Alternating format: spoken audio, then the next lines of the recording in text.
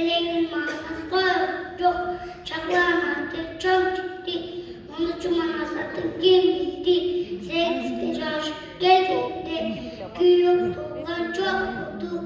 Kal gerek kalmasa. Çımık balda çıkmayın. Katulu kaçıramayın. Gözün yaşı buklulayın. Bağlanı kalkınca. Üniversitine baktı. Çoğaltanı talala. Çocuk boyu sağdı. Kalakta imancıklar. Seksen bala baktı. 80 kalkına. 80 değişip kalktı. 80'inin içinde boz kalmaktı çok.